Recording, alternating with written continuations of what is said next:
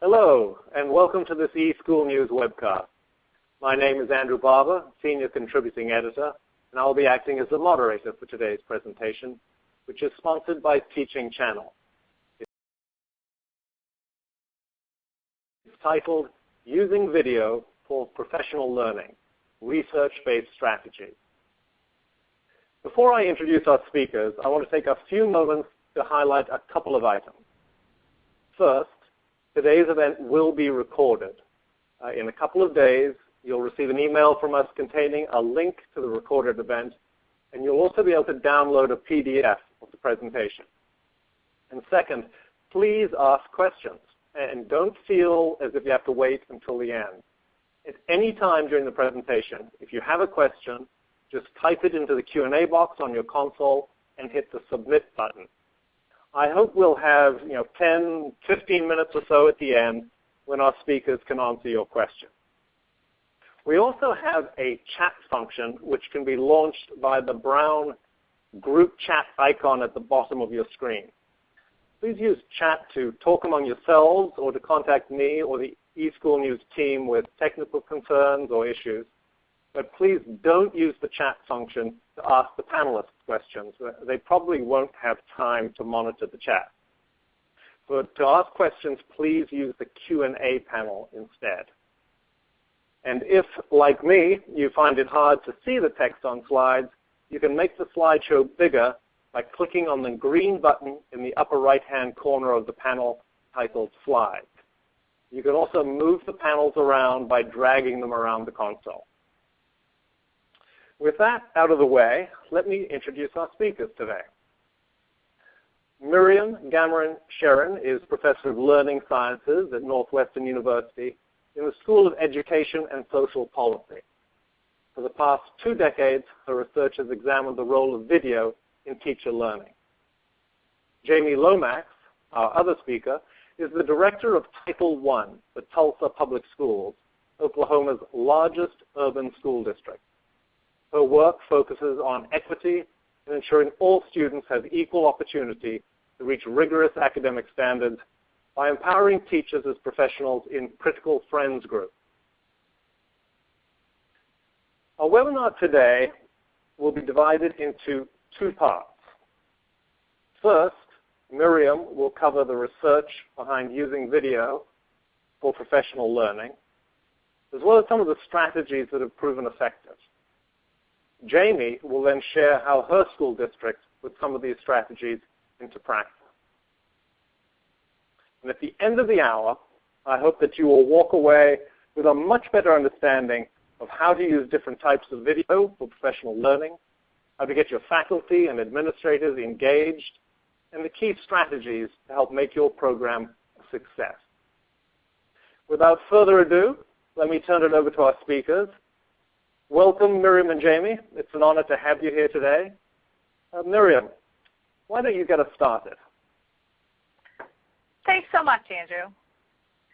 So we're really in the midst of a technological revolution where video is gaining ground as a way to improve teacher practice. It's really easier than ever to capture video. There's lots of kinds of cameras that are fairly inexpensive and easy to use. And there's also lots of kinds of tools available for sharing and editing video. And this is really sort of changing the landscape of teacher professional development and how one can use videos with teachers. It's very different for teachers also. Teachers can collaborate around video with colleagues who are physically present and with colleagues who are far apart. They can see inside classrooms like never before. There's websites like Teaching Channel that allow teachers to view a range of excerpts, or the Teaching Channel Teams platform, which helps teachers collaborate deeply around video with easy-to-use online tools. And all these things are really opening up opportunities for learning in new ways. At the same time, I still think that we should think pretty carefully about how best to use video to support productive experiences for teachers. So some of the questions I want to ask are, what should we be doing with teachers with video? Is it enough just to get teachers to watch videos of classrooms? Similarly, what kinds of video should we use? Is just any video good enough, or are there specific things we should be looking for when we show teachers video? also, how can we motivate and encourage teachers who might be reluctant to participate, teachers who might not think that watching videos of themselves is such a good idea in the first place? And we also need to think about the kinds of strategies we can help teachers use to make most out of their video viewing experience. So in general, I just think we need to think hard about what effective video-based collaboration looks like. And these are some of the issues I'm hoping to talk about in the next few minutes. So over the past 20 years, there's been a great deal of interesting research on video-based professional development, and we've really learned a lot about what teachers can learn from working with videos and how best to support that learning. And I just wanted to highlight a few of the main findings. So one thing we've learned is that sustained reflection on video can help teachers pay attention to classroom interactions in new ways. Right? The classroom's a very complex environment with a lot of things happening at once. And teachers can't pay attention to everything with equal weight. Some things are going to stand out more to the teacher. So what watching video has been shown to do is to really help teachers get better at paying attention to really important aspects of classrooms, aspects that really make a difference for student learning. For example, in my own research, I explore video clubs where teachers watch and discuss video excerpts with peers. And we found that this work really prompts teachers to pay attention to classroom interactions in new ways, ways that really focus on substantive interactions that take place. Another key finding that several studies show is that focused reflection on video can help teachers learn to more effectively diagnose student strategies. So teachers learn to pay attention to the details of student thinking in a way that helps them figure out what students understand and what students are confused about. Again, in my video club work, we drew attention to what students were doing in the video, and over time, participating teachers really developed some pretty sophisticated strategies for making sense of the student thinking that they observed on the video. A third finding is that video can help teachers get better at making sense of pedagogical issues in light of their students' thinking. So teachers sort of connect their own actions in the classroom with what students were doing. And they also learn to consider what alternate pedagogical actions might have been feasible at the time. And of course, all three of these findings are related. For example, in Hilda Borko's work on the problem-solving cycle, she found that changes in how teachers made sense of classroom video were consistently related to the teacher's ability to understand student thinking and adjust their instruction based on that understanding. Research also shows that effective video-based professional development draws on authentic classroom video. And there's really two broad categories of video that's used in professional development: video of other people's classrooms and video of one's own teaching. And both are valuable. In terms of video of other teachers, I've heard many teachers say that if there was one thing they wish they could do, it would be to visit other teachers' classrooms and see how other people teach. And I think video gives us just that opportunity. And we don't have to just see it once. We can look inside that classroom as many times as we watch. So watching video of other teachers can sort of help calibrate our understanding of effective teaching and really expands our ideas of how teaching can be done, right? It helps us expand the breadth and depth of possible instructional strategies. In some of the earliest video club work that we did, teachers commented that they were excited to see each other's classrooms because of the new strategies that they were being introduced to. And then we'd go to observe a teacher the next day or the next week, and we'd see them using these new strategies.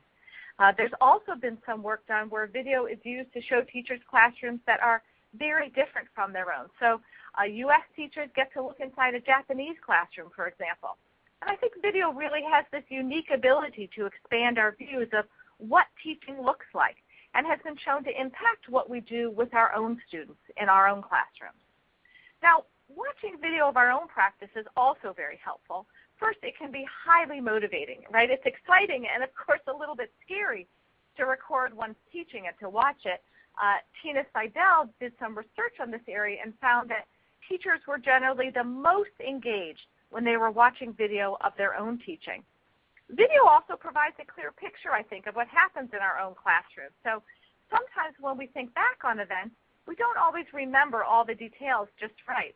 but video provides a way to look closely, so we don't have to just remember. We can actually look back and see what happened.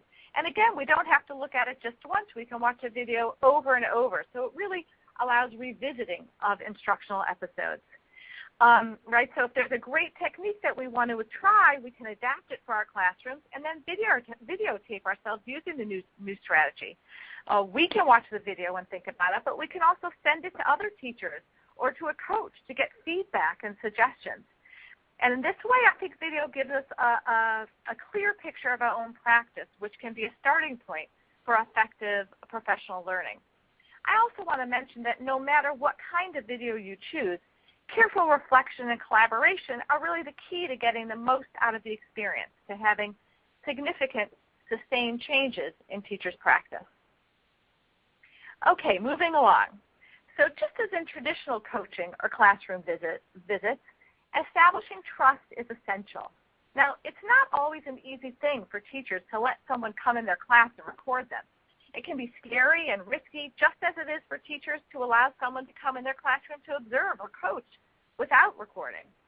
So when a teacher shares a clip of their practice with colleagues, it's very important that it's a safe environment. I think there's a number of ways we can try to establish that safe environment. One idea is by letting teachers control who sees their video. Some teachers we've worked with were happy to share video with peers and less comfortable sharing their videos with administrators at their schools. So giving them control can help with that issue. Another technique is to make clear that the goal is to interpret the video, not to judge what's going on. So you really want to let teachers know the goal isn't to decide who's the best teacher or which practice works best. The goal is to understand what's happening in our classrooms, right? To make sense of how students are interacting, of who's talking when, of the kinds of ideas teachers have, students have, and how we respond. Related to this, I think it's important to set a clear purpose for video reflection and to really stick to that purpose during the reflection and feedback time. So if teachers feel like they have a common purpose, like looking at student mathematical thinking or thinking about a specific scientific practice, that could really help a group move productively. So we know from research that video-based or online learning needs to be guided or facilitated, and setting purposes and guiding the process for viewing is really essential. Finally, as a facilitator, I think it can be helpful to model the process. So capture video of yourself leading a training session or a meeting and ask teachers to notice specific things in the video and reflect on those after watching. So being willing to put your own instruction up for reflection, just like you're asking teachers to do, can help everyone feel more comfortable. And also it's important to commit to the idea that the goal is not to become perfect, but to continuously improve. Teachers who come to see learning as part of what it means to be a teacher are the ones we find who most often become the most effective teachers. Okay, now I want to look closely at some specific strategies to consider before you're using video with a group. As we discussed already, you want to establish a safe environment for discussion. That's really essential. So you want to work together to choose a lens for viewing to frame how the video is going to be used. And you want to be clear about what your goals are for using those video clips you've selected and what it is you want people to think about and learn. If a teacher is going to record his or herself, it's important that they have an understanding before they do that taping of how the video will be used and what the focus will be. Related to this is to figure out a plan for selecting clips. Is the facilitator going to select the clips in advance? Are teachers recording themselves and picking a clip? Particularly if teachers are recording themselves, it's important for them not to feel that they have to find sort of an exemplary clip to show. I think that's a trap that people sometimes fall into, and I don't recommend it. I think that kind of video isn't very useful to share. What's really interesting is to find sort of a typical clip, maybe when things didn't go exactly as you planned or a student wasn't as articulate as you hoped he'd be. And what you can do is unpack the video with your colleagues and really dig into why did the student say that? Where did the student get that idea? Why did I answer in the way I did? And how did that seem reasonable in the moment? So at the start of the meeting, you'll want to prepare everyone for viewing. First, you'll want to establish if there's a facilitator, and perhaps that's your role and it's well established. In some groups I've worked with, teachers take turns serving as a facilitator, And that can work well also. In any case, you want to be clear about who's going to make sure that the guidelines for the group are in place. Oftentimes, there's a need to share some background on the lesson that's going to be viewed, depending on whether everyone knows the lesson or not. Oftentimes, teachers might even want to try the task that students in the video are doing before they watch the video. So in any case, you want to think about what kind of preparation is needed. Finally, if there's a particular video viewing protocol that you're going to use, and several exist, you want to review that beforehand so everyone's on the same page. So what's next? Once you get started watching video, there's also some specific strategies you can use to make the process as effective as possible. And these are supported by a range of researchers, including Hilda Borko, Rosella Santagata, Sherry Sacchero, and Elizabeth Van Ness, among others. And first, I've mentioned this already, but I just want to reiterate that this focus on interpretation rather than evaluation is so important. In our research on video clubs, we found that what a lot of teachers did initially when watching a video was to look at it and ask, why didn't the teacher do this? Or maybe the teacher should have done this instead. And I think that really makes sense because the nature of teaching is so on the go, right? We're always making quick decisions as teachers. And so I think when teachers watch a video, they would tend to do that also. But what we want to do is really shift that perspective to make it clear that with video, we don't have to respond immediately. We can really take time and reflect. We can ask different kinds of questions. Who's understanding what here? How did this example move the lesson forward? We can try to take time to understand and really reflect on what's going on. Now, when we do this, it's important that we base our claims in evidence from the video. So if we watch a video and have a sense that students are engaged, I'm going to really want to know as a facilitator what evidence in the video gave you the idea that students were engaged. Were students taking notes? Were they asking questions? Or if someone in a meeting says that students are confused, again, as a facilitator, I'm going to ask, what did the student say that gave you the idea that the student was confused? So whenever we're making interpretations about a video, we want to base our ideas in specific evidence in that video. A third strategy is to focus on what students in the video are doing and saying. And there's a number of video-based professional development programs that take this approach. The idea is that because so much is happening in a classroom so quickly, it can be hard for the teacher to make sense of all the different ideas students raise in the moment of instruction. But with video, again, we have really this time and space to think closely about students' ideas. So video is really well suited for looking closely and deeply at what students are thinking. Along these lines, we can also look for a variety of interpretations of students' thinking. So we sort of might have an initial gut reaction. Oh, a student is trying to say this, I get it. But with video, we might not stop there, particularly if we're working with a group of people around video. That's a great opportunity to look for other ideas about what the student might be trying to communicate. And finally, once you have some ideas about what students are understanding, then you can productively move on to think about pedagogy and what the teacher did and said, and think about what else might have been productive instructional strategies. So it's not that you should never talk about teachers or pedagogy when watching video. That wouldn't make sense. But focusing deeply first on students and then on teachers, I think can lead to valuable ideas for teachers. Okay, so we've prepared to watch the video. We've watched the video. What's next? What might this mean for your teaching? In our own research on video clubs, we found that the kind of conversations that teachers were having in the video club, where they really looked closely at issues of student thinking and paying attention to how we interpret the ideas that students raise, we found that teachers were bringing those same practices into their classrooms. So teachers started to attend to classroom interactions in new ways. They started to pay attention to what was happening in their classrooms a little differently, looking more at what students were doing and saying. Second, teachers were increasing opportunities for students to share these ideas, right? So they were sort of looking for opportunities to pay attention to students' thinking. They were asking students more questions. They were expecting students to share their ideas more, and often asking for several students to answer a question rather than just taking one answer and moving on. Third, we found that teachers started to listen closely to students' ideas in the moment of instruction. One teacher told me that he would actually slow down conversations in the classroom so he could keep track of everything a little better. And another teacher told me that rather than just assume he knew how or why a student came up with an idea, he would really ask the student and listen a little more carefully to what the student was saying. In fact, we found that teachers developed increasingly sophisticated strategies for making sense of student ideas. They compared students' ideas and sort of followed the development of particular ideas in their classrooms over time.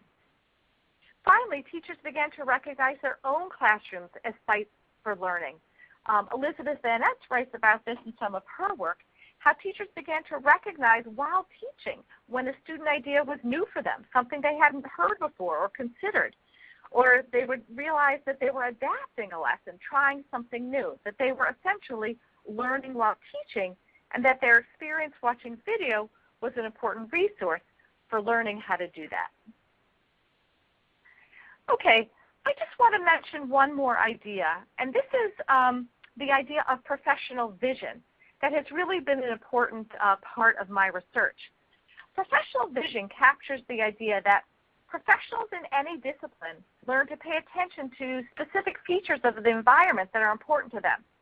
So if you're a meteorologist, you get very good at looking at patterns and clouds and weather maps.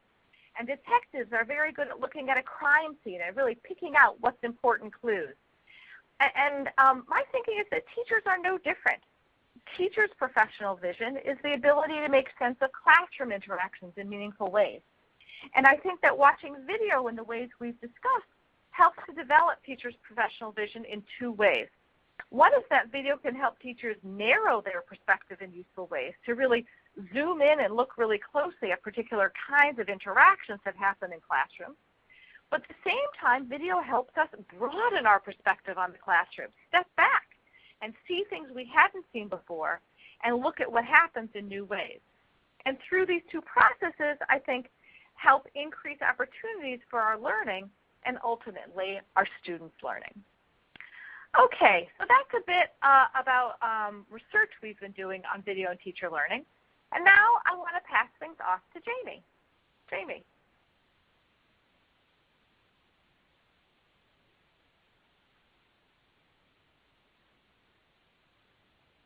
Jamie, you're going to have to unmute yourself. Thank you for the reminder. Go. Thank you, Miriam. I really love listening to Miriam because it helps me to understand the things that we're doing well in Tulsa and also pushes me to think about the things that we are going to continue to work on and continue to grow in. So first I want to tell you a little bit about Tulsa to provide a little context and background for what's happening here. We're a large urban district with about 2,800 teachers, around 40,000 students. Anywhere between 80 and 90% of our students qualify for a free and reduced lunch, and that means that all but 4 of our 80 schools are Title I. So needless to say, we have significant challenges. More than half of our schools are considered to be in some kind of need improvement status, and many of them have been labeled as failing schools by our State Department of Education report card system. So they have that big red letter F. They're doing great work, and yet they've been labeled this. And so we know we've got work to do. As a district, we've adopted the mission of providing a quality learning experience for every student every day without exception. I think this has been our mission for a long time, but now it's a very specific, focused, and targeted, articulated goal. And I think video is a key part of this mission because we have to develop teacher effectiveness, which is one of our 5 core goals. We have some major initiatives that are relevant to video learning. And our journey to achieve our mission, our district mission, began several years ago when we started the process of developing a research-based teacher and leadership effectiveness model of evaluation. It's a series of 20 indicators proven to have a strong correlation to student achievement and also highly linked to strong value-added scores, which is another part of teacher evaluation in Oklahoma. Since it was developed, this model has been adopted by most districts in Oklahoma, and so it's what the whole state is kind of working on at this point. The work of the evaluation model is about understanding and addressing the fact that in order for students to have quality learning, they must have effective teachers and effective leaders. Most recently, we also received an IPD grant, Innovative Professional Development, and this is from the Gates Foundation. The goal of our grant is to align professional learning to teacher and student needs, providing personalized learning experiences for teachers through multimodal delivery. So teachers get what they need when they need it in the way that is most helpful for them, whether that's online, in person, in groups, individually, wherever it should happen. We want to address the needs of adult learners and empower them to take charge of their own learning. When we started the Tulsa model, the TLE, we spent most of our time developing school leaders' capacity to identify and evaluate effective practice.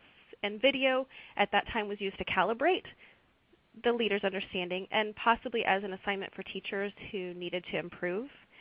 And I don't think we had a whole lot of that before, during, and after strategy work that Miriam was talking about earlier. But just like we know testing students doesn't help them learn, evaluating teachers alone will not help them grow. We had to do more. So the time came to turn our attention from evaluating teacher effectiveness to developing teacher effectiveness. The primary way our work with video is possible is through the Teaching Channel Teams platform. What you're looking at here is our Tulsa Teams site. When any Tulsa teacher logs on to Teaching Channel, they're linked directly to this page. Here we have the option to develop groups, which is one of the tabs up there at the top. I'll talk about that more in a little bit. And we also have links to the most relevant sites that our teachers might need access to over here on the left. In Teams, we can develop groups, post resources, find our colleagues. It's kind of like putting the best of Facebook and LinkedIn and Tumblr and TED Talks all in one place.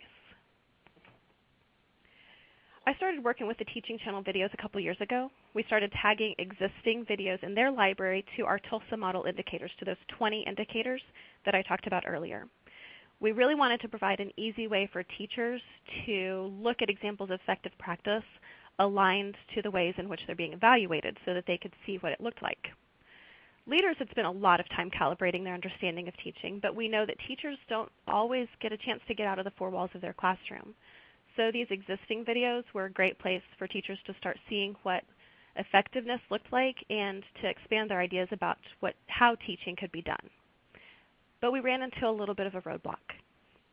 In an urban district, though, we heard things like, that wouldn't work with my kids. My kids aren't ready for that strategy. And what it boiled down to is some of the kids in the video don't look like the kids in our classrooms. And I understand. It's easy to only see the roadblocks, to not see the possibilities. Teachers are working really hard every day. And sometimes when videos looked too different from their own classrooms and their own students, it was hard for them to be able to easily envision those strategies working.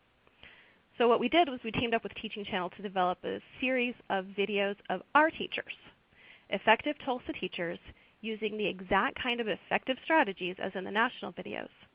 These are also tagged to our rubric and are really now very often used by school leaders in their work with teachers.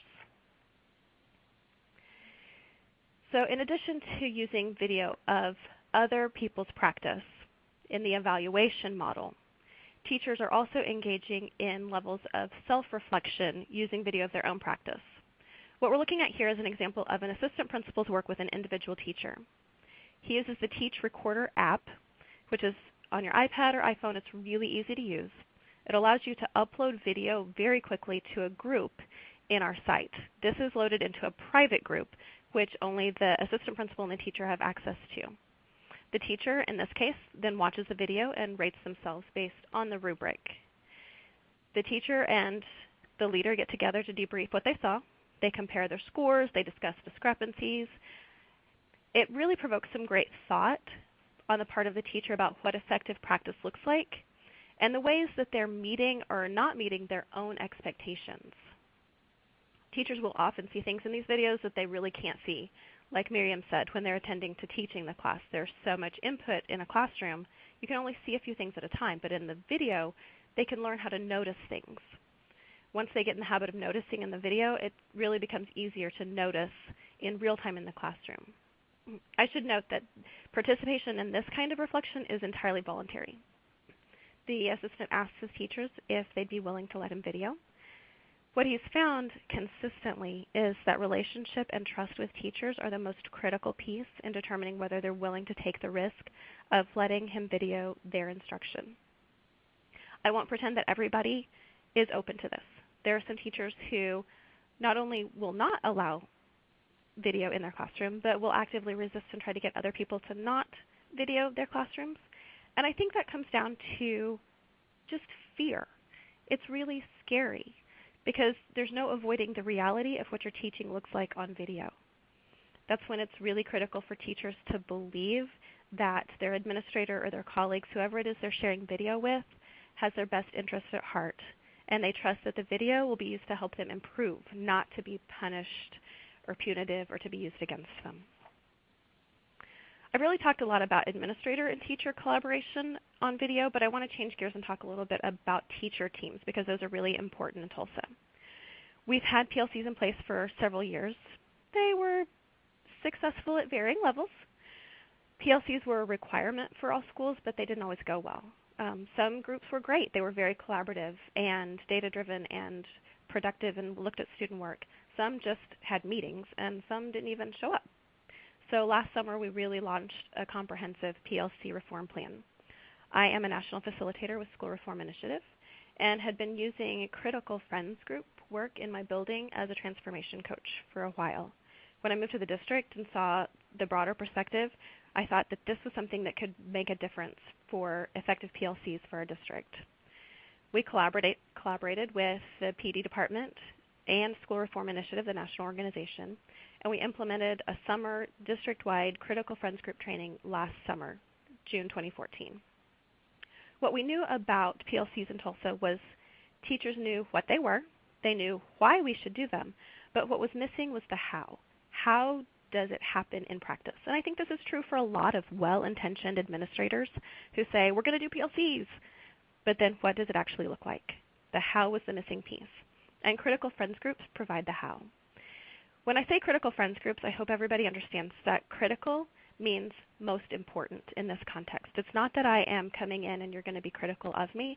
It's that I come in and understand that you are my most critical friend in helping me grow professionally. And the foundation of this work is developing teacher leaders and developing their capacity for facilitative leadership. CFG helps teachers improve their own and one another's practice through meaningful, structured conversations. We don't have any time to waste, and we need the time teachers do spend together to be productive and valuable. That wasn't always happening. So in June, 3 teachers from each school came together. We built cross-curricular, cross-grade level teams for 3 days.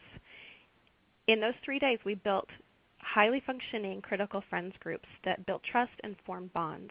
And some of these teams are still meeting in person and on the Teams platform, which is really exciting because it lets people from across the district who won't usually get to see each other maintain their connection and support each other.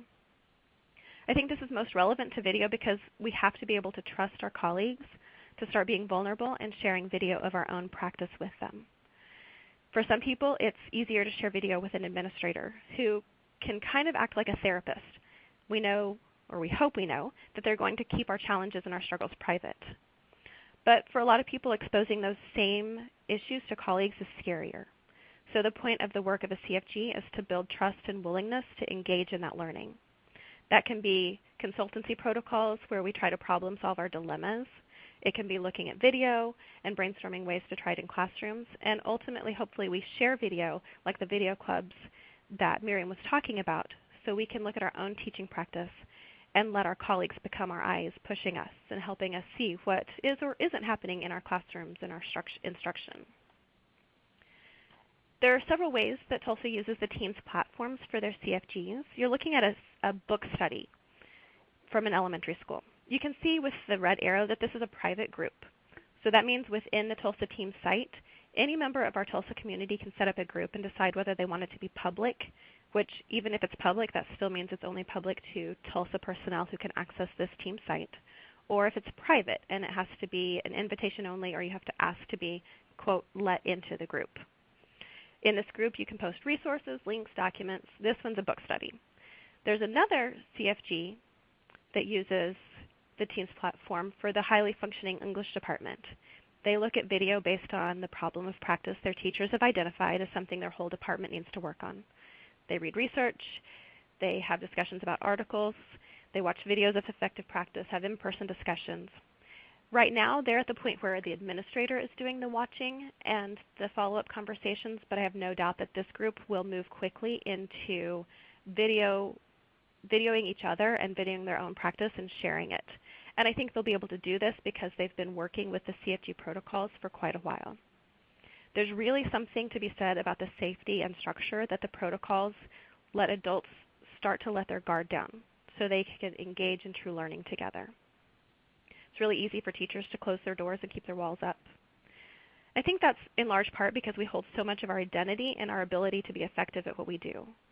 And if we open ourselves up to sharing our practice, it feels like we're opening up ourselves, period. We're giving other people the chance to hurt us.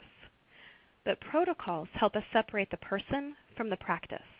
So we're not critiquing the teacher, but we're working to improve the teaching. Those are two different things. One of the groups that uses video really well in Tulsa is our new teacher mentors. They're instructional coaches, specifically for first-year teachers. Unfortunately, we all know that keeping quality teachers is a challenge, and it's really difficult in an urban district especially. We have a lot of new teachers every year, and they have a really hard time sometimes. So our new teacher mentors work with them really closely to provide support and coaching so they can grow faster and gain confidence. So the column on the left is the individual coaching partnerships. These are one-on-one teams with the new teacher mentor and a mentee. What happens in these groups is the new teacher mentor will talk about what the mentee wants to look at, what their lens is for viewing video, what they're most interested in exploring in their own practice. They capture the video with the Teach Recorder app loaded into the group, and then they view the video. Each one of them spends some time making notes. They use the timestamp feature in Teams, which is really nice. And then they meet either virtually or in person to talk about what they saw, how they met their expectations, how they could push themselves, what students were doing and saying and thinking. The conversations typically focus, the lens typically is one of those 20 indicators because that's how teachers are shown to be effective. One interesting thing is that mentors have a different approach in getting teachers comfortable with video. One of our mentors, Claire, works with new teachers to really script out the opening of a lesson and then just shoots that piece to get them comfortable starting to look at themselves on video. Another of our mentors, Jennifer, starts by shooting things that are more student-centered, like centers, and then gradually moves to focusing on the teacher. Both of their goals are the same. They want to increase the teacher comfort level and the teacher trust in the process so that they can use video more productively. Both of them, both mentors though, will say that every strategy they tried for coaching before they got to video, whether it was scripting, low inference notes, whatever it was not as effective as using a video to show teachers exactly what they're doing, saying, and how students are engaging in the classroom. They said video has been the difference maker in helping teachers grow quickly. On the right, you can see the larger groups. These are an effective practices group. So there are big practices like engagement or literacy strategies or classroom management. These larger groups are open to all the new teacher mentees, all the new teachers, and also open in general to any teachers who are interested. The new teacher mentors post examples of effective practice. Then anybody who's in that group goes in and watches, makes notes, posts, and then they have a discussion online.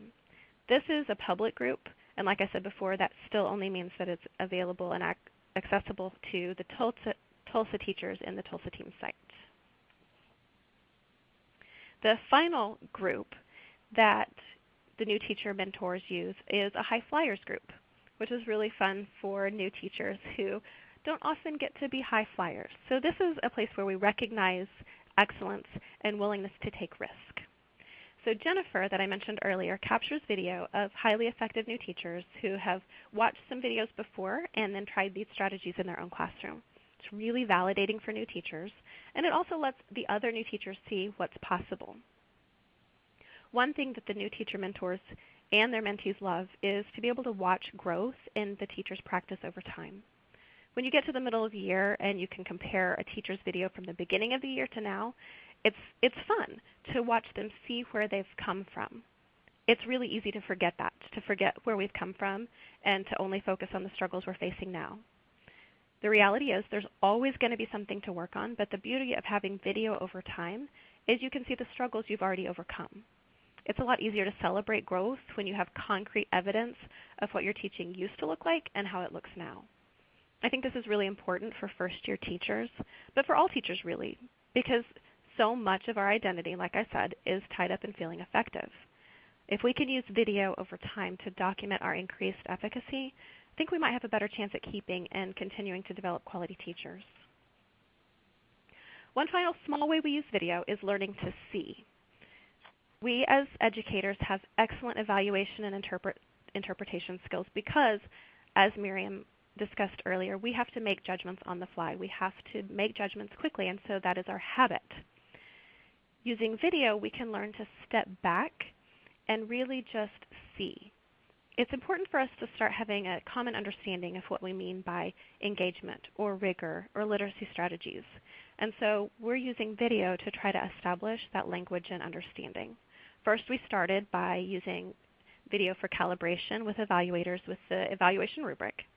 And then in the last year, we've started working with leverage leadership and the 6 steps of effective feedback to practice taking low inference notes. And then we also have to practice it for instructional rounds, which asks us to be very specific in the notes we take. We only look at what teachers are saying and doing, what students are saying and doing, and the academic task that students are engaged in. It's really easy for us to add our own interpretation to all of those things. So we've used video to practice documenting just what we see. Recently we did rounds district-wide across all secondary English language arts as our network of observers. But what we did before we went out to visit the classrooms and document our observations, we practiced taking notes with the video. It was really amazing to see how much experienced educators can interpret, evaluate, and judge even when they're trying not to and they don't think they are. So using the video in practice in advance helped us to get better, more granular evidence that we needed so we can identify trends and patterns and a problem of practice to work on. So to wrap up, please know that using video is really an evolution. It's very dependent on levels of trust. And to increase that trust, I think you need to have structures and processes that make it safe for teachers, whether it's with an administrator, a coach, or with their peers. As a teacher, I need to know that you're not judging me, that you're here to help me improve my practice.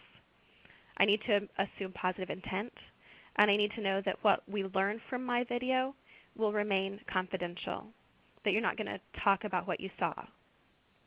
One of my favorite norms from our CFG work is what happens here stays here, but what is learned here leaves here. I think this is particularly relevant for video work because there's no hiding anything when you're watching video of my teaching and my students in my classroom. I need to know that we have shared beliefs and understandings, shared norms around looking at video and teaching practice so I can feel safe to be vulnerable in that way. That safety is what allows sustained reflection. If I don't feel safe, I shut down and I can't hear what you have to say. Learning stops. But when I have that trust and I feel safe, then I can be open to being vulnerable and working on continuously improving. The Teams platform has really helped us create these safe spaces logistically. The ability to make groups private has been really important for our teachers, and the video notes capability is great for letting conversations happen and deep reflection to continue. Just remember, it's okay to start small. And the process, the protocol, and the collaboration are essential to see lasting results. Well, thank you, Jamie, very much for a wonderful presentation, and to Miriam, too, for your earlier presentation, for sharing all your insights about using video for professional learning. We still have just a little over 15 minutes remaining for questions. Before we get to the questions, though, I'd like to share some of the resources that are available from Teaching Channel. On the screen, on the slide in front of you, if you go to teachingchannel.org/teams, for example, you can watch videos about how to use videos effectively to improve the quality of instruction, hear experts discuss the keys to success, and learn best practices that are based on research. You can also see Teaching Channel Teams in action, including case study videos from the Academy for Urban School Leadership and Educate Texas. Now remember, we will be sending you an email with a link to the recorded event. as well as the option to download a PDF of the presentation slides. Now, we received, just looking at this, we had a blizzard of questions come in over the course of this hour, so there's no way we're going to be able to answer everyone's questions today. If that happens, don't worry. Feel free, though, to email your questions to the address on the slide that you see in front of you, and hopefully we'll be able to get you some answers that way. But we have 15 minutes left, so let's see how many questions we can answer right now. The first question that we have, and Miriam, maybe you can handle this, is what are the 20 indicators for rating teacher effectiveness based on? I think I'm actually going to let Jamie answer that one because you're using that in your work with teachers. Yes, Jamie? Yes, that's correct. So the 20 indicators are there are 5 big chunks that teachers are evaluated on: classroom management, instructional effectiveness, professional growth, interpersonal skills, and leadership. Clearly the biggest is instructional effectiveness, and then classroom management. And then the 20 indicators are broken down into each of those pieces. So there are 6 specific pieces that go into classroom management. In instructional effectiveness, there are things like literacy, state standards, involving all learners, explaining content. So those are the 20 indicators that I was referencing. Okay, great. Thank you. All right, Miriam, maybe I think this one is probably more for you, is possibly for Jamie as well. Would you recommend that teachers view a video more than once? I mean, and if so, how might you advise them to change their focus? And is there a particular sequence? Do you start with a broad view first? How do you work through, and how many times do you review a single video? Sure, you want to start with that one? Sure. I do think it can be helpful to watch a video more than once, particularly if you're trying to get different information out of the video. So if you're trying to understand what students are thinking and saying, sometimes students are really not very articulate. And it takes you a few times, once you're trying to listen to the student, once you're really watching the student's hand motions or what a student has written to see if there's other clues. So it can take a few times to put all that together. I don't recommend that people watch sort of a whole, 40-minute lesson more than once, but rather sort of pick out pieces that they want to focus on in particular a little more. Okay. Jamie? Yeah, I would say that particularly when teachers are first starting to view their own video, there's got to be one round of that moment of, do I really look like that? Do I really sound like that? Before they can get down to the nitty-gritty of what they need to be paying attention to. So just getting over the hurdle of that self-image piece is good to do it once. And then watching it for different perspectives, like, am I going to focus on the students right now? Am I going to focus on my own questioning right now? I think you can definitely watch it more than one time with those different lenses in mind. Great. Well, thank you very much for both of those responses. Let's come back to, and we'll start again with Jamie on this one, and then actually let's start with Miriam on this one, and then maybe Jamie you can chime in. Is there a compendium of video-based discussion protocols you would recommend? I'd imagine they are in line with CFG protocols, but wondering if a video-based resource in particular is available. It's a great question. I don't think anyone has really put together a set of, an extensive set of video protocols. There are a number of protocols put together by different organizations. The School Reform Group, Jamie, yes, has some. There's researchers, Lynn Goldsmith and Annette Seago have a really nice book on studying classroom artifacts around mathematics. Catherine Lindenmeyer and I have put together a couple. I can try to put together some information for folks on that. Okay. And well, sticking with you, Jamie, can you also talk, one of the attendees was wondering, can you talk a little bit more about the Teaching Channel team's video annotation tool? Absolutely. It's so easy to use.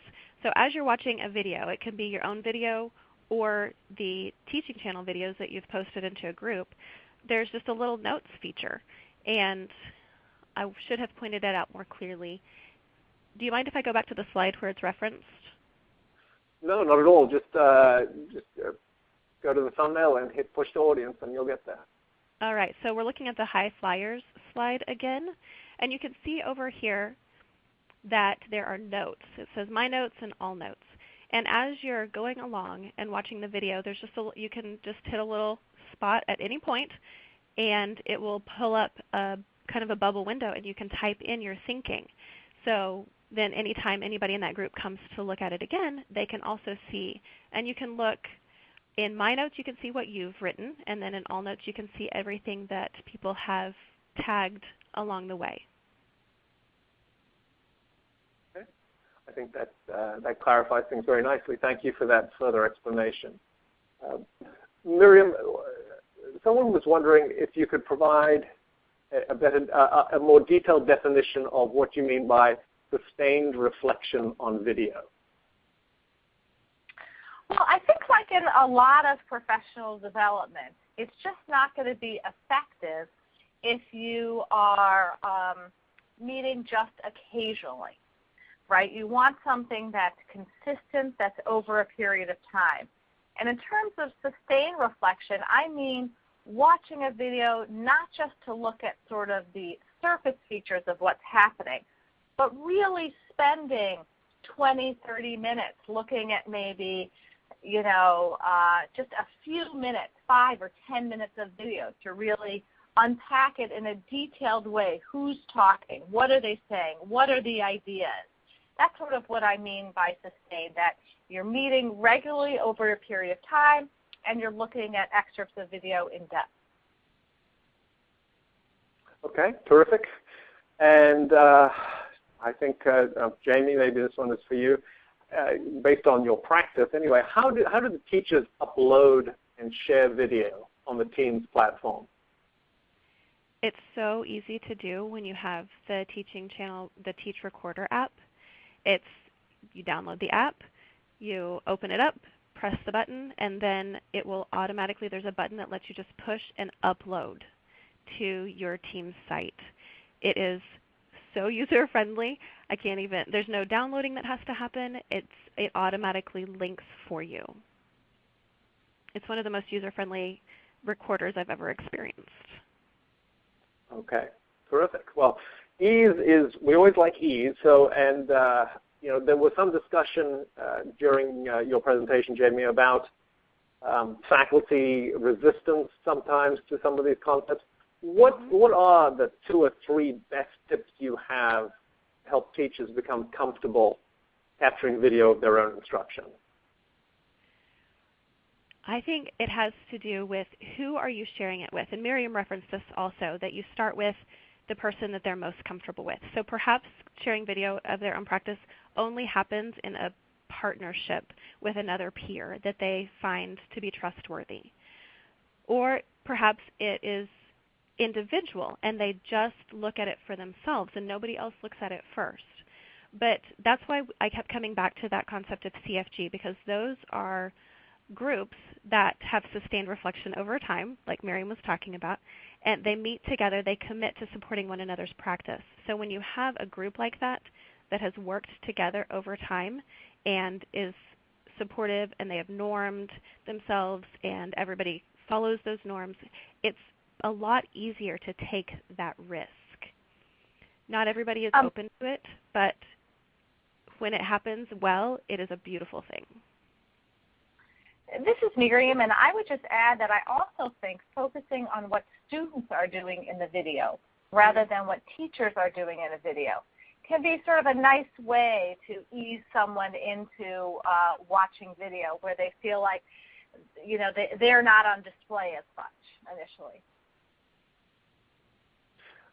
All right. Miriam, let's stick with you for the next question from one of the attendees who asks, well, what are the biggest logistical roadblocks to using both kinds of video, and how have you seen this managed? Well, I think teaching channel is actually helping a lot with the logistical challenge of finding videos of others. Sometimes it can be challenging if you don't have the resources at your school to videotape yourself and you want to work with teachers around video. It's been difficult, I think, to access a high-quality library of videos where you can really see and hear what's going on in a range of grade levels and topics. And I think the Teaching Channel website really helps with that. I think one of the logistical challenges in watching teachers' own video is helping teachers understand what kinds of video clips to collect. It's not always an easy thing to collect video in the midst of all that you're doing to teach as well, and particularly to get good audio. And I know Teaching Channel has some resources and tips online to help teachers manage that procedure. All right. Well, thank you very much for that answer. And for the next question, I'm not quite sure which of you, maybe both of you might want to answer this. An attendee asks, with the requirement to document teaching and students learning, do you have suggestions about ways to embed the video throughout a teacher education program to prepare candidates for these requirements?